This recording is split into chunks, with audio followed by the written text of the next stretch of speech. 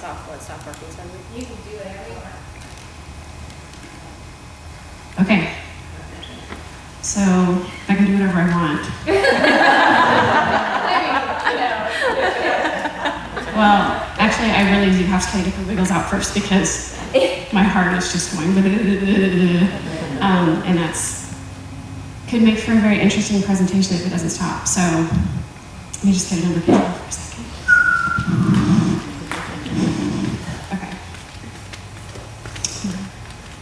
Okay, so first I'll start just by reiterating what Laura just said and said, God, your word's not mine because you know I have none. And we'll just go from there. Well, I guess most of you probably know who I am, especially if you go to this church, you definitely know who I am. My name is Wight. I'm 36 years old, and in 2010, my world got absolutely turned upside down. Kind of in a way that nobody ever expects, but in a way that I definitely never expected. I was born on the East Coast, and that's where I grew up, near DC, in the beautiful swamp of DC. That's where most of my family still is. I grew up in what I would call a very broken home. There's a broken home, and then there's a broken home, and mine was definitely the latter. I grew up being scared of a lot of things that most kids were never scared of. I grew up with just a lot of insecurities, and I also grew up with the desire to be perfect and to have everything around me perfect. And that drove me through my school education, drove me into college and through college. Once I got through college, I married my college sweetheart, Adam, and we moved up here to the Bay Area where he's from, and I'm not.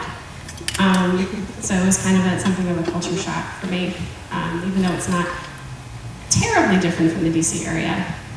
It still was different, and my family's not here, and my friends weren't here, so it definitely was a sacrifice for him.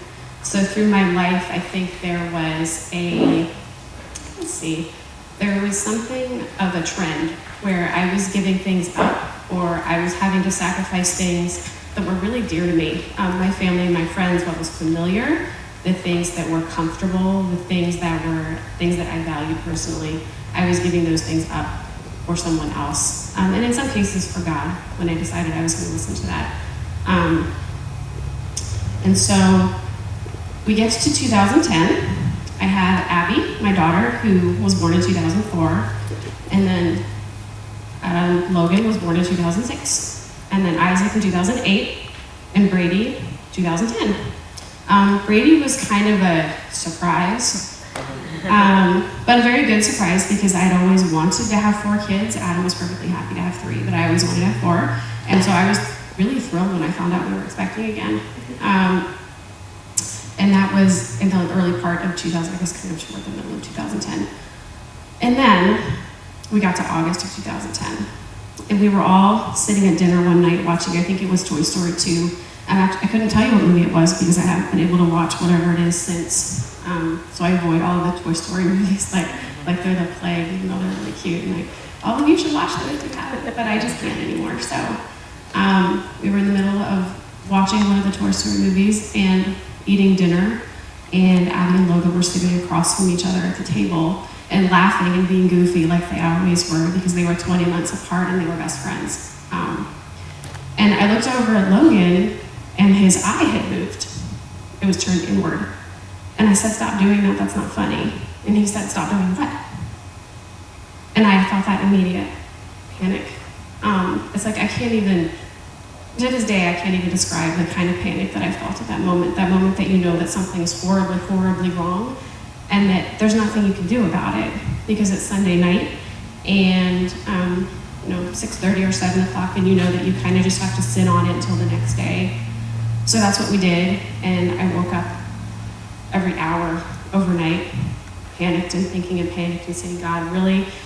Is something else going to go wrong?" Because I felt like that was kind of the course of my life to that point. I watched everybody else's lives kind of roll along without issue, and I just kept hitting roadblock after roadblock after roadblock. And I said, really, right when everything was going the way that just felt right to me, that felt good for the first time in my life, my kid has his eye looking funny, and I don't know why. And so we got up the next morning, and he was still, his eye was still turned in, and he was cover it because it was bothering him. I'm like, okay, we'll just cover it. And we took him to the pediatrician, who looked at him, and I knew from the second that he looked at him, he was extremely worried. And he said, well, let's just send him to the ophthalmologist today, and we'll see what they have to say. But don't worry yet. Okay, so we drove him to Children's, to the ophthalmologist, who said, oh, it's just a pinched nerve. It's okay. Bring him back in 6 weeks, and we'll do an MRI, if it's still the way that it is today. And we kind of said, okay, good, and I felt a little bit of relief. So we went out to the car, and I sat down, and I still don't know what it was. I figure, obviously now, in hindsight, it was God totally directing me. I called the pediatrician's office back, and I said, I just wanted to tell you what the ophthalmologist said. And so I told him, and he said, I really don't feel good about this. You need to go get an MRI now, or a CT. And he said, I'll radio down. It was just over at Valley Care. He said, I'll call down and have them waiting for you, but you need to get there, yesterday. So we did, and he took me home. Adam took me home, and the other kids were with, they were all over the place. They were with Laura for a while, and they were with my in-laws, and I don't even remember where they were at that point. But Adam took Logan over, and I remember I sat on the corner of my couch. It's amazing how you remember those little details when just trauma hits you like a truck. I was sitting on the corner of my couch, and I was typing in the journal that I kept at the time, and I was writing this long entry to my friends, and I just hit submit, and Adam came in and said, there's something on the scan. I said, well, what do you mean there's something on the scan? He said, we have to go to Children's Hospital now. And I was gone. That was it. It was over. I don't remember. I remember that I had the wherewithal to, I typed a one-line entry in my journal after the big long one that I wrote talking about how glad I was that it wasn't anything serious, that just says, he has a brain tumor. And that was it. And I clicked to submit, and I got up, and then I called Heidi here to say, just, spread it out, spread the news that something bad is happening here, because we want prayer. And that was the first thought that I had. The first thought that I had is, God can fix this. God can fix this. And I think that we don't know exactly where we are from a faith perspective until we get thrown into that position where there is nothing else, where there is absolutely nothing else. And I think that, I don't know, this is just me guessing. I think that probably 70% of the population is probably never thrown into a position where there literally is no other option, where there's nothing. Because I think not to belittle other problems, because I know they're serious in the moment, but financial situations, get a loan, get a friend, get somebody can help you. There is a human intervention possible. But in this kind of case, there just wasn't one, and I knew it. So we took him to the hospital, and I spent that first week and a half trying not to go into premature labor, because I was 21 weeks pregnant with Brady, and we had just found out he was a boy. And needless to say, my body was not happy about the increase in adrenaline and all of the emotion that I was suddenly experiencing all the time. So we waited and waited, because nothing at Children's Hospital Oakland, although a wonderful facility, nothing ever happens quickly at that hospital. It's all very, very gradual and very slow, and it's kind of just the way that the system works there. We found out that he did indeed have a very malignant form of brain cancer, atypical teratoid rhabdoid tumor, which its acronym is ATRT. Very, very serious, and unfortunately for him, very, very large. My brother decided to have he offered to have a copy of the scan sent to a friend of his who works at CHLA, at Children's Hospital Los Angeles, and she looked at it, and he only told me this later. She looked at it and said he probably only had a few weeks to go based on the size of it, because it was just going to kill him. It was going to cut off, every bit of functionality that he had instead of just his eye. So then we started the treatment protocol, and we got into it, and that treatment protocol, it's brutal. They called it at the time, I think it was the second most aggressive chemo treatment ever given to children. It was a succession of, Now that I'm a couple of years removed, I don't even remember, but it was a succession of either 4 or 5 drugs given in a specific order. And after he had 5 cycles of that, he was to have 6 weeks of radiation and then a stem cell transplant, which is essentially a bone marrow transplant, but it's using your own stem cells that are harvested after your white count rebounds. So we got all of that information, and I guess it's kind of one of those things where unless you've been there, you don't know what it does to you mentally, physically, emotionally, until you're sitting in that room with somebody you've never met before. Actually, with 4 somebodies you've never met before. The team lead, the chair, the nurse practitioner, and the social worker. So it's you and, if you're fortunate like I am, your spouse, and those people. And they're telling you all of these things are going to happen. And then you say, well, what are the odds? And they look at you and they very honestly, and it seems very cold at the time, but you realize this is how they survive, is by staying kind of detached. They tell you probably about a 40% chance. And we sat there, and I think we were probably both numb. I know I was numb. And then a second later, God bless, Joe Torkelson was the name of the head of the HEMONC, the oncology, the brain cancer at CHO. And he stops all of a sudden, there's this awkward pause, and he looks at me and he goes, I really hate to ask this because it's such a bad question. Are you pregnant? And I said, yes. And he goes, well, where are you in pregnancy? I said, I'm about halfway through. And he goes, this is going to be a tough couple months for you. And I said, yeah, I know. And he said, you're going to have to try to carve out time to really, relax and get kind of flow so that you don't have any troubles associated with that. And he kind of just laughed as if. So we started the treatment protocol process, and the thing that really struck me the most about all of that was how incredibly, amazingly, inhumanly resilient Logan was through all of that.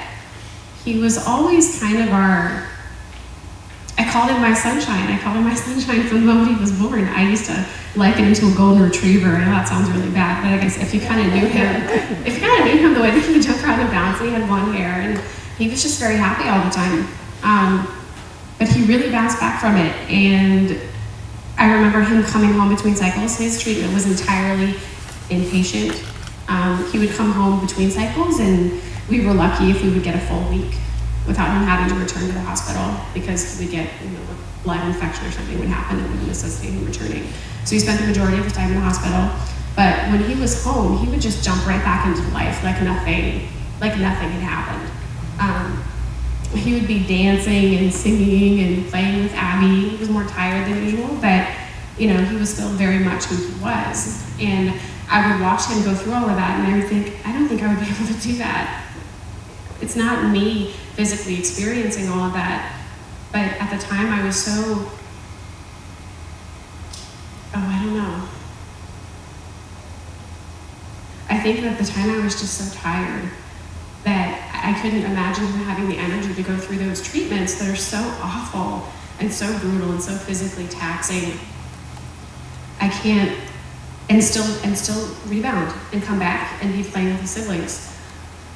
So after the first 2 cycles, we had an MRI done, and the doctor came in and said, great news, it's half the size that it was when we started.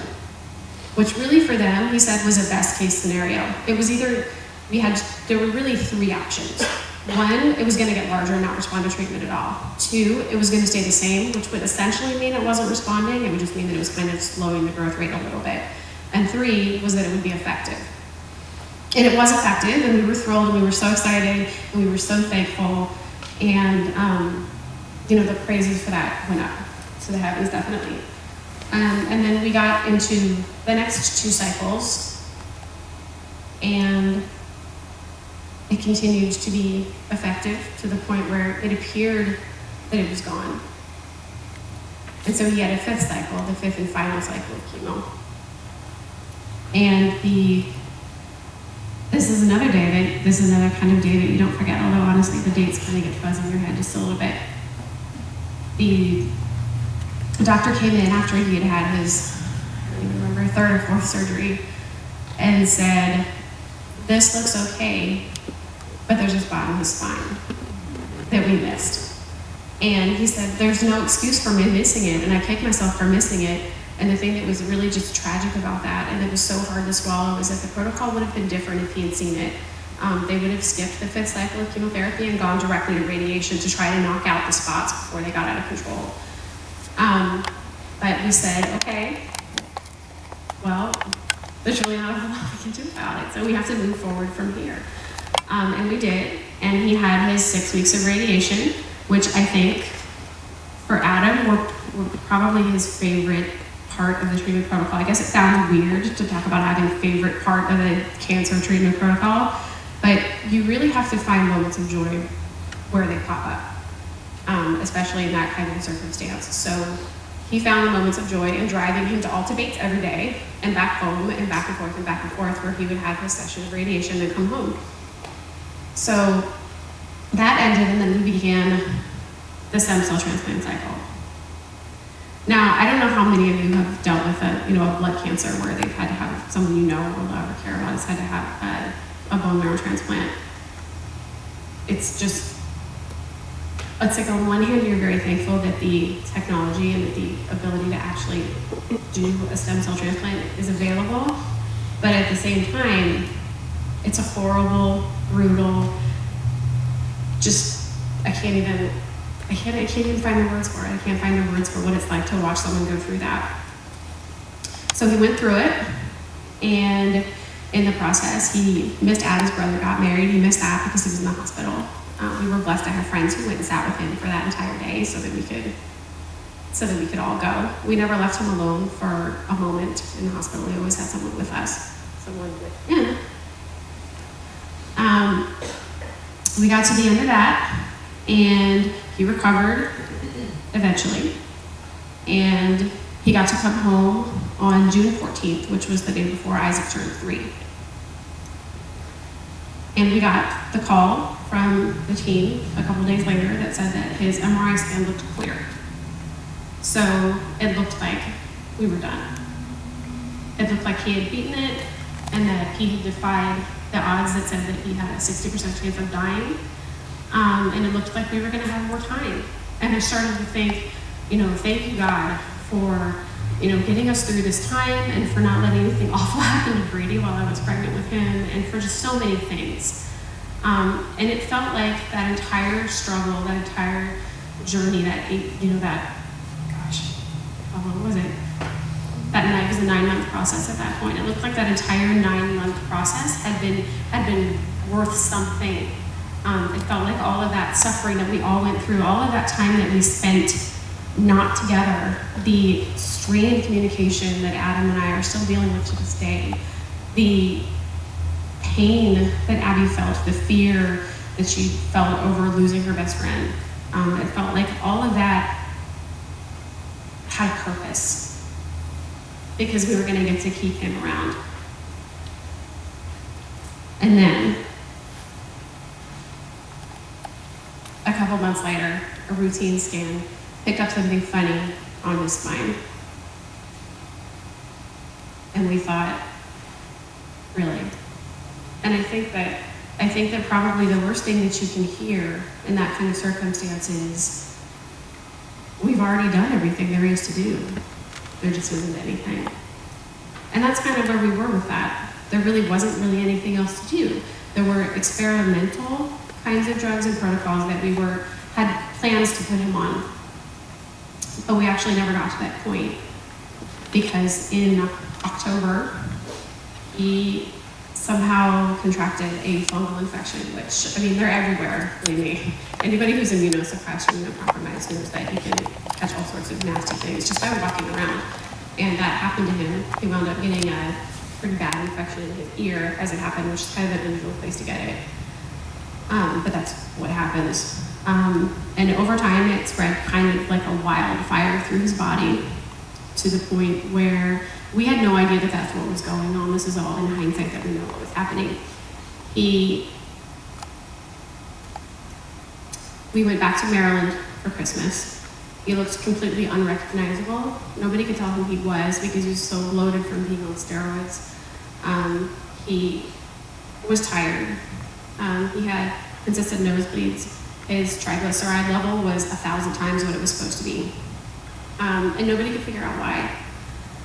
And so we came back home and he ended up checking into Children's again. And they wouldn't let him leave because the triglycerides were so high and it's going to give you a heart attack or a stroke eventually. And then he got to come home for a couple days and then wound up going back again for the last time at the end of January. That particular morning is one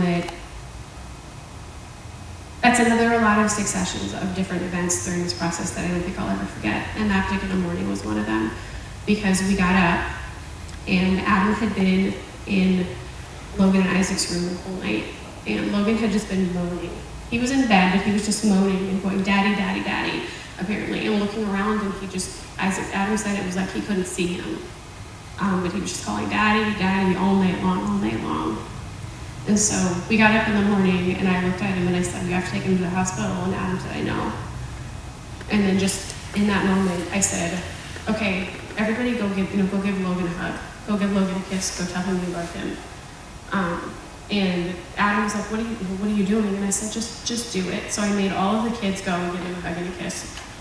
And we took him over to the hospital, and he was admitted. And I think the difference this time, in the past when he'd been admitted for blood infections and the like, they would take him back, take his blood pressure, do the usual requisite things, and then send him over to the inpatient admitting area to have him admitted to the 5th floor of the hospital. It didn't happen that way this time. This time, we could almost see the panic on their faces.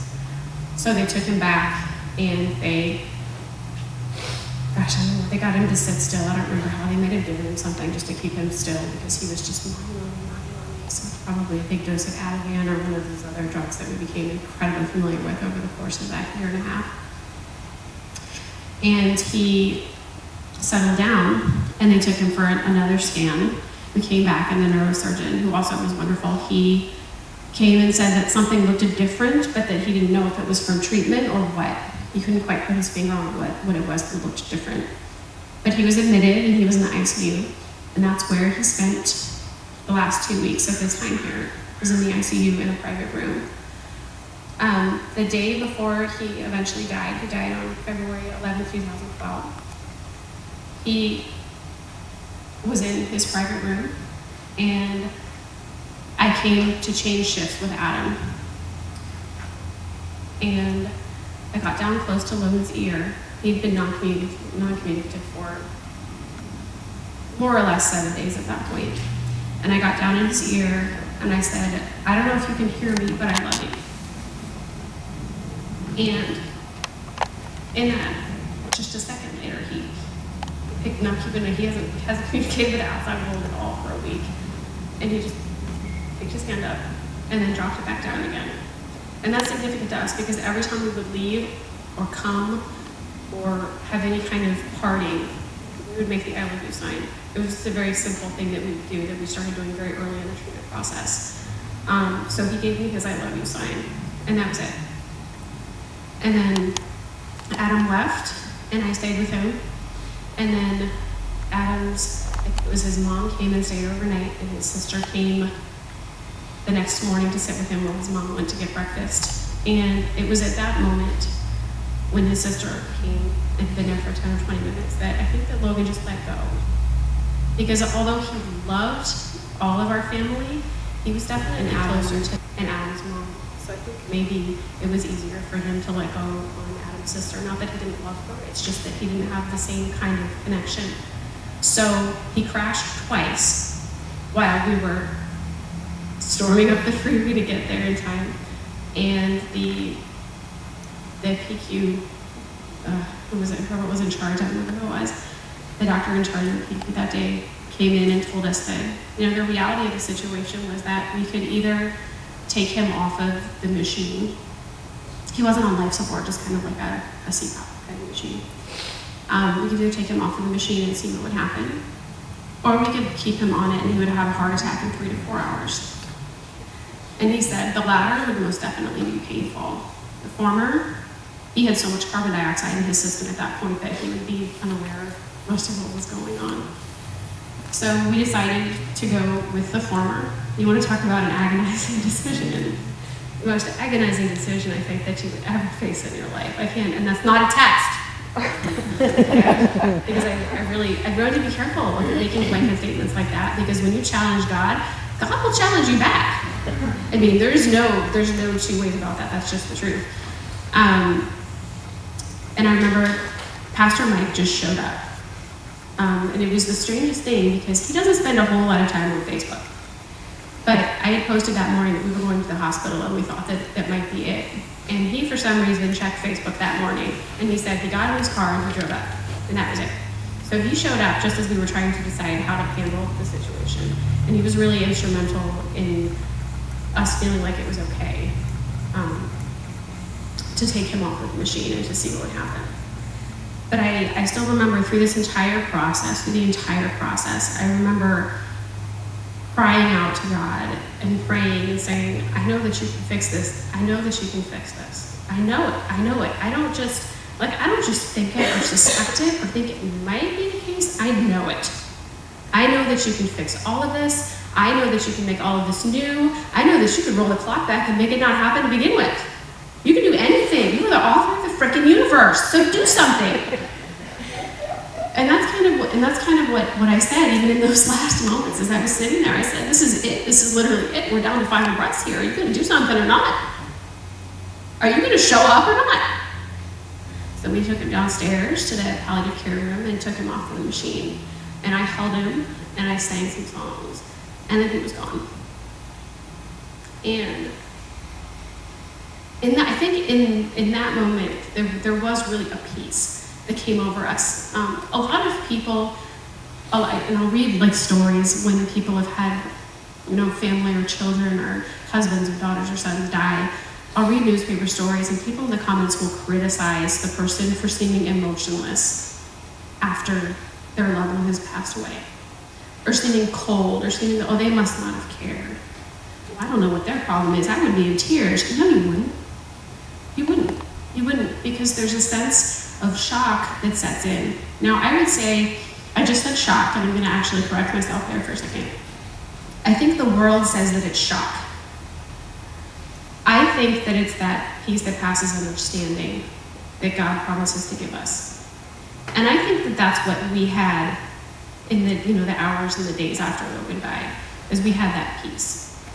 And I guess at some point, while we were sitting there, and it's really, I won't go too much into it because frankly it's kind of creepy even for me, but sitting there with just his shell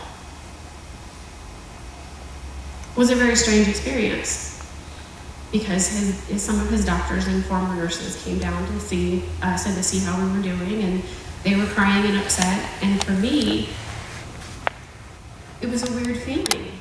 It was almost like we were having some kind of little sad reunion, but it's like, oh, it's nice to see you, how are you doing? Oh yeah, he passed away. But in my head, in my heart, I think it was easy to do that because in the moments after he passed away, I got this vision, I guess, in my head, like a movie screen, like a really huge, like bigger than IMAX movie screen, where I saw him again. And he looked different. He didn't look like he looked before he got sick, but he didn't look like he looked when he died. He just looked different. And he was smiling, and he was happy, and he was waving. And then I knew that he had moved on, and that he was in a far better place than we were in. And that actually was where the hard part started. Because it's not fun to be the people who are left behind. And I know, because I can see her sitting right in the middle there, that there's at least one person who knows exactly what I'm talking about. But it's really not fun to be the people who are left behind. Logan got to go off and be in paradise. And he got to skip a lot of the parts of human existence that just suck. He got to skip the heartbreak. He got to skip people being mean to him. He got to skip so much. And we have to deal with the fact that he got sick in the first place. And that despite all of the time that I spent begging God to fix him, begging, like on my knees. I remember in the chapel at the hospital, just falling on my knees multiple times, just begging God, please fix him. Fix him. You can do it. If anyone can do it at all, you can do it. You're the only one. And it didn't happen. And I think after we had him buried, and his body buried, not him, he's elsewhere. After we had his body buried, and we had his memorial service, there was kind of a crash where we came back down to reality, where we had to deal with the fact that Abby's best friend wasn't here anymore. And I had to deal with the fact that my perfect family was was permanently broken, at least in terms of this earth and our existence here. I had to deal with that. I had to deal with the fact that once again, I felt like I had put all of my faith and all of my hope and all of my trust in God. And it felt so much like he had let me down. And so for a long time, I was really angry. And I don't think that is a strong enough word, actually. I was beyond furious, angry, hellfire furious, really.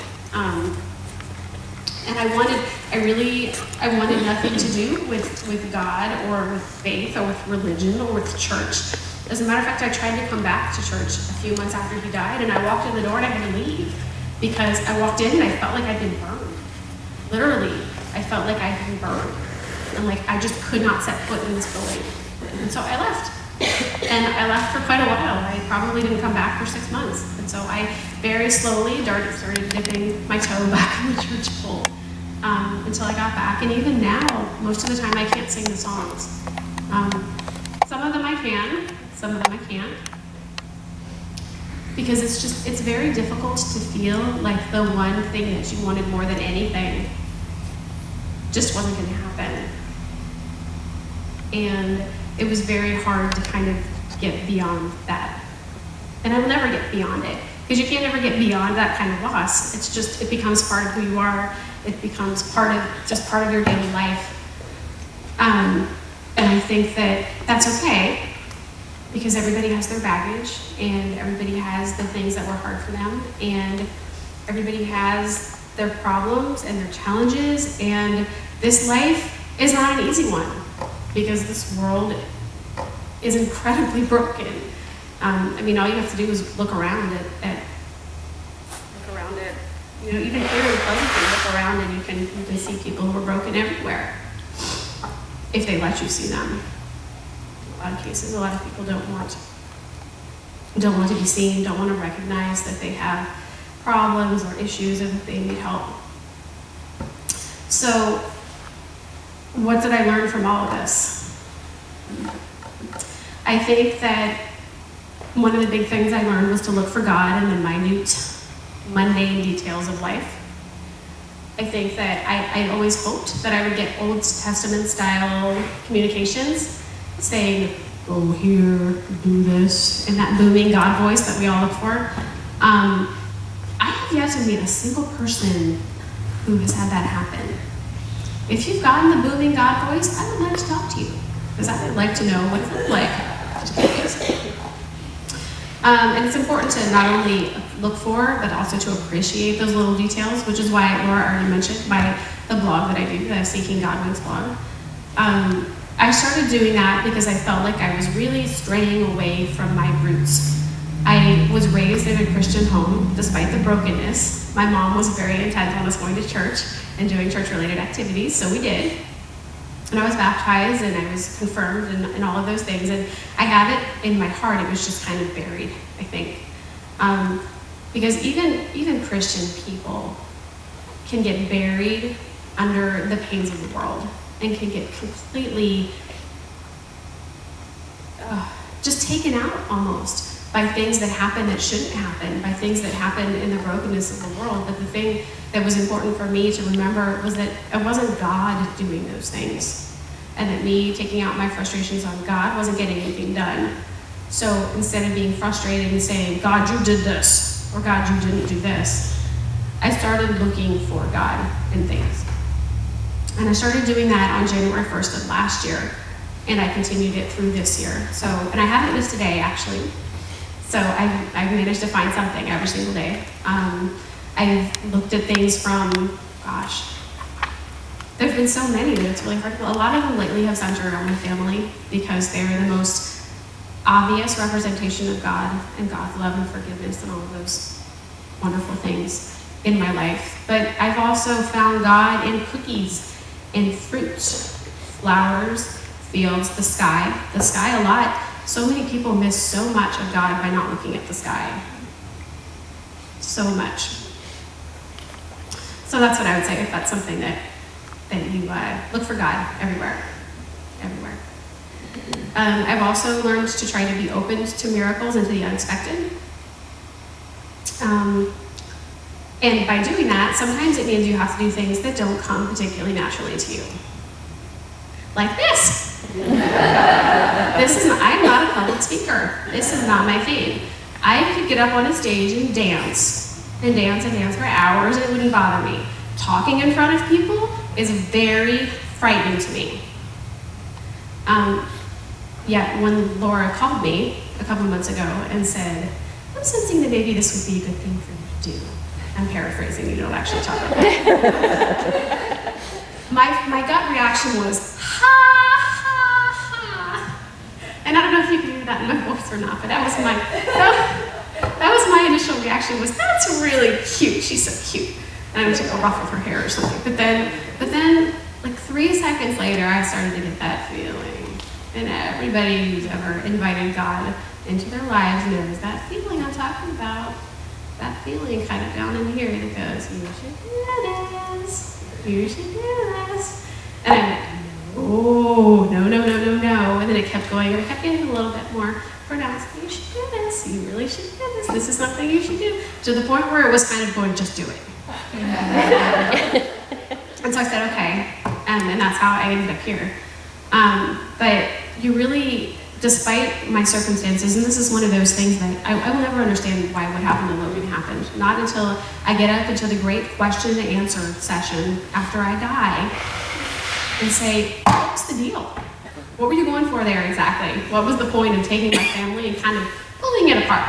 Was there has to be a greater plan than that. I would like you to explain it. I probably would never actually talk to God that way. But in my human mind right now, that's what I would say to God. But you, at any rate, you have to trust that God will show up and that He will be there when you ask for help and that He's not going to let you fall or seem like an idiot or make your heart beat so fast and your palms sweat so much and your voice so shaky that you can't talk to people when you know that you have to. You have to trust that He's going to show up. And by the way, He did show up because I'm not really scared right now at all, which is good. Because I thought I would be, and I'm not. So, but just as another example of that, a couple months ago, I was walking with Brady. Did I have Brady? Maybe I didn't have Brady. Maybe I was by myself. I'm so infrequently by myself that I don't even remember if I was alone. I'm pretty sure I was alone. I was in Starbucks getting coffee. I walked out to my car, past a woman sitting at a table. And as I passed her, I felt, go talk to her. And I said, no. I got in the car and I closed the door. Go talk to her. No. I stuck the key in the ignition. Go talk to her. No. Go talk to her. And I just felt so unsettled as I was sitting there getting ready to turn the key in the ignition, getting ready to turn it. I'm like, oh, I don't want to. Okay, fine. So I got out, I went, and I said, this is really weird, and so I sat down with her and I talked to her for a while. And she was knitting, I don't remember what she was knitting. She was knitting something. And at some point I noticed during our conversation that she had a wedding ring around her neck. And now, I know that sometimes we're a little bit shy about asking people personal questions.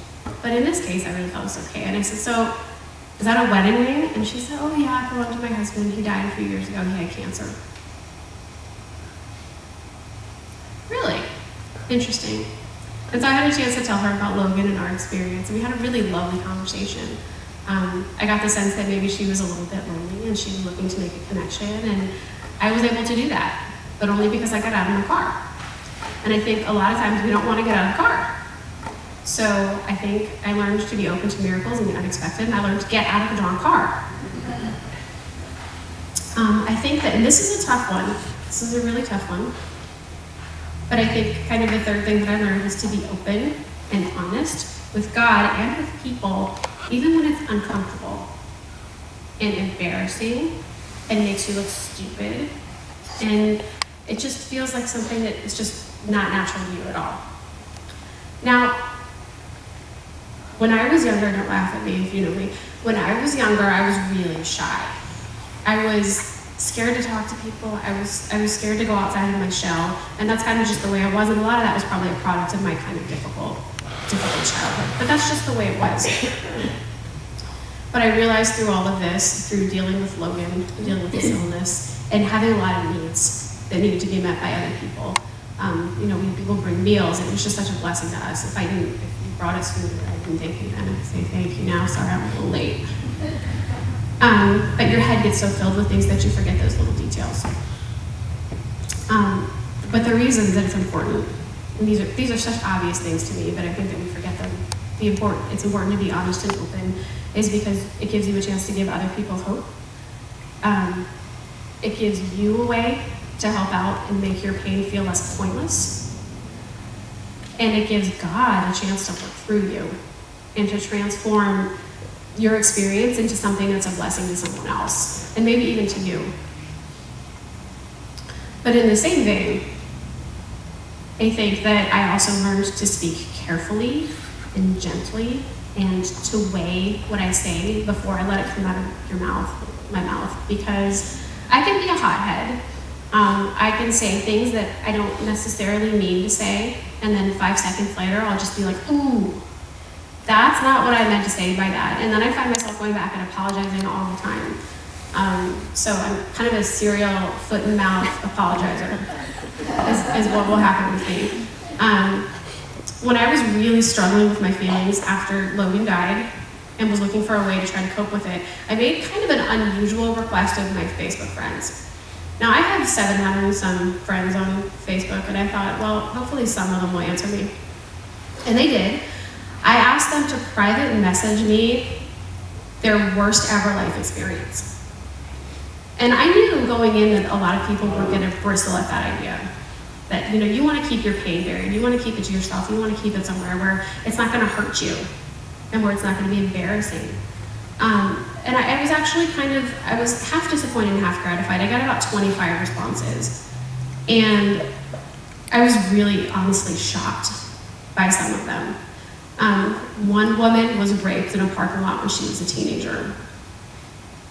Another shared a deep sense of shame that she felt after terminating a twin pregnancy because her husband didn't want more kids. And she wished that she could go back and take it away and not do it. And she wished that she was sure that God must have damned her to hell because of that. Another told me that her husband was an alcoholic, and that every now and then when he would have too much to drink, he would drag her across the floor by the hair with her screaming at him to stop, just stop, stop, stop. And those are just some of the responses I got. I think about the 700 people who weren't comfortable enough to say anything.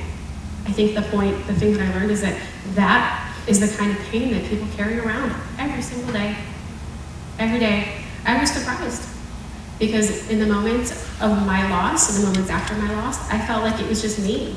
I felt like I was completely alone in what I experienced and in that kind of pain. But all around me, I have people that I know, that I see all the time, who dealing with the pain of abortion, dealing with an abusive spouse, things that I never would have known if I hadn't asked and if they hadn't been comfortable enough to talk about. So we never know who's injured, who's in need of help. And that really was magnified for me, to be gentle and to speak carefully, to be honest and be truthful, but also to be very careful because somebody else's heart can be broken too and we just don't know it. So in light of the need to speak carefully, I learned about forgiveness. a lot about forgiveness.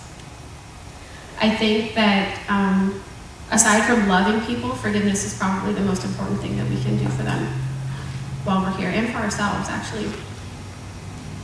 I think one of the sadder side casualties of Logan's illness and passing was the loss of my best friend, Cindy. We met in college when we were freshmen. We became friends, and I wouldn't say we were inseparable, but we were very good friends. I knew everything about her. She knew everything about me.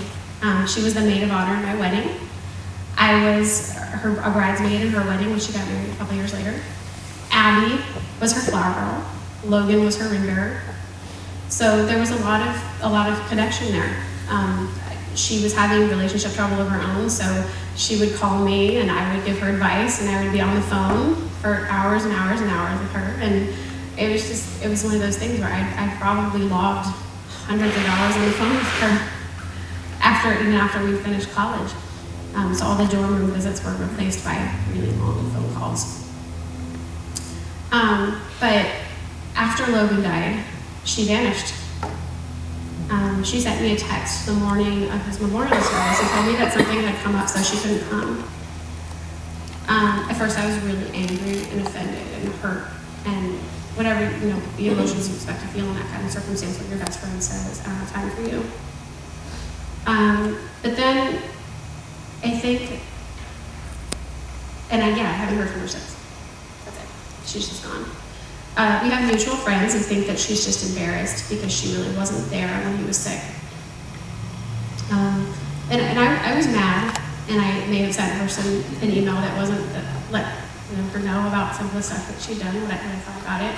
And then I followed them up with other emails talking about me being a hothead. I followed up an email saying I was sorry and that I was frustrated and that I just needed you to understand where I was coming from. But the truth of the matter now is that if she showed up at my front door, I would hug her and I would tell her that I still love her no matter what. And I would welcome her back into my life. But I think that for me, knowing that I say the wrong thing all the time, I have to treat everyone who has wronged me in that kind of way. And I think that watching Logan be sick really emphasized the importance of that. My friend Anna once marveled over the fact that I won't write anybody off. She's a little kind of saucy Filipino girl, and she's kind of just the way she is. And she's like, well, geez, if they did, one time I forgive, 2 times you're gone. And her husband actually is an InterVarsity staff member. So she's Christian. She just is fine. She's just kind of saucy. She doesn't take a lot of guff. And she asked me one time, she said, so why are you still focusing on people who are gone? Who just have no interest in you, who just respected you like that? And I said, well, how many times have I disrespected God? And how many times has he written me off? She was very quiet after that. And she thought about it, and she thought, yeah, maybe so. And I thought, it's just kind of the way that you have to be. That's part of being real, that's part of being honest. It's just the way it is.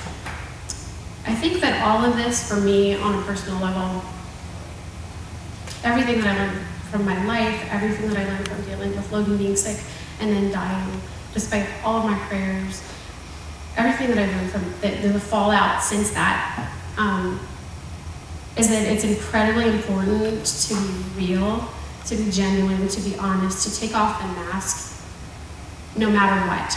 No matter how hard it is, no matter how painful it is, no matter how much we want to keep the makeup on. I'm not even wearing makeup. I kind of deliberately didn't wear any, and I should explain this. We have I don't usually do my hair like this. We have dance pictures this afternoon, and Abby and I are in a mother-daughter dance called Ladies of the 80s. So I'm going for frizz, and I don't have very frizzy hair naturally, so. But anyway, so this is just real. This is just me. And it may turn some people off, and that's okay. Not everybody has to like me. Not everybody has to be my friend. Not everybody has to listen to a word that I say, and that's okay. Sometimes I don't like you very much. That's just the truth. I just don't. But it's who I am, and God made me, for the most part, like I am. Obviously, I don't always listen and do the right things, But I think it's important that we embrace who we are, who we were created to be, and that we're honest with each other. I think that within a body of believers, within any kind of body, really, it can be, whether it's a book club or, fellow moms at school, I think there are lots of opportunities to be real and to take the makeup off, and to, have the crazy hair because it's, what you woke up with. I think we have lots of opportunities to do those things, and I think that we don't because we're afraid of being judged, we're afraid of being embarrassed, we're afraid of putting the wrong foot forward. And I think that we have to kind of break down those fears and barriers, because that's part of the reason that the world thinks that Christians think they're perfect. And I had no claim to say that whatsoever, so take notice, ladies, that was not me. I think that that's part of it. I think that we put on a perfect plastic face, and the world expects us to be perfect and plastic as a result, and we're not allowed to make mistakes. But we all know that we make mistakes all the time. I've probably made 10 this morning, and I'll go ahead and make another 20 this afternoon. That's just reality, and all of you will do the same thing. That's just the way life is. But if we are real, and we embrace our imperfections and work on them and ask God for help and say, God, please show up and help me and show me what I need to do. Like with me talking to the woman at Starbucks.